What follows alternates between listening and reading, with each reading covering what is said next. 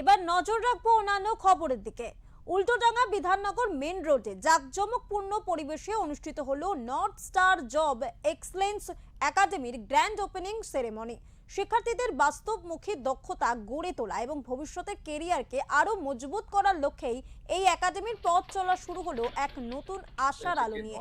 অনুষ্ঠানে বিশিষ্ট অতিথি হিসেবে উপস্থিত ছিলেন দেবাশিস মণ্ডল, অংশুমান, জয়ন্ত দাশগুপ্ত, পার্থসারথী, প্রসূন গাইন, অমিত কুমার মিত্র, রাজু মজুমদার, রতন ঝাওয়ার, জয় দেবরায়, অনিন্দ সেনগুপ্ত ও ফাইজ আলম খান সহ বহু গণ্যমান্য ব্যক্তিত্বরা। আয়োজকদের মতে এই উদ্যোগ ভবিষ্যতে শিক্ষাক্ষেত্রে এক নতুন দিশা দেখাবে এবং ছাত্রছাত্রীদের সাফল্যের পথে এগিয়ে যেতে গুরুত্বপূর্ণ ভূমিকা পালন করবে। ভালো একটা মুহূর্ত ওই দিনকে আজকে ইনঅগ্রেশন হলো নর্থ স্টারের। সেক্টর বলে না, আজকাল সেক্টর বলে সবাই কিছু চিনতে পারে না। যারা নতুন গ্রাজুয়েশন পাস করেছে, এইচএস পাস করেছে, তারা চাকরি খুঁজে পাচ্ছে না। সো যদিও কেউ হয় না যে আমি অ্যাকাউন্টেন্ট হতে চাইছি, অ্যাকাউন্টেন্টে ভালো জব নেই, আমি একটা ফিমেল, আমি ব্যাক অফিসে জব করতে চাইছি, বাট আমাকে সেলসে চাকরি পাওয়া যাচ্ছে, আমি কমফোর্টেবল না। সো বিভিন্ন ধরনের জব আমাদের কাছে ভ্যাকেন্সি রয়েছে, অলমোস্ট 150 প্লাস আমাদের কাছে জবের ভ্যাকেন্সি এখনো রয়েছে।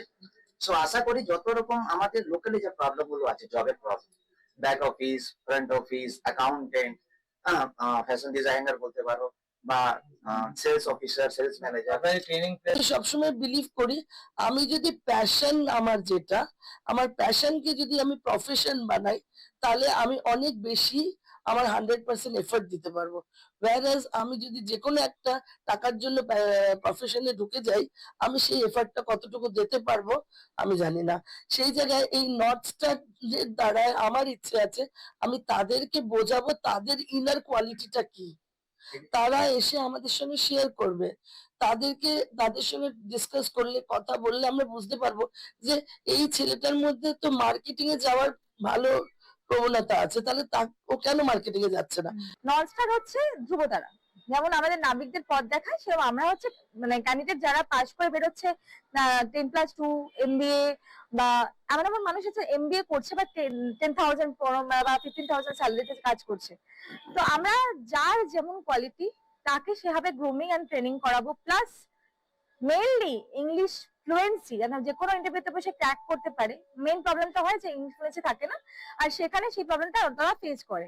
তো আমরা সেই গ্রুমিংটা প্রপারলি করবো যাতে ইংলিশে তারা যে কোনো ইন্টারভিউ ক্র্যাক করতে পারে।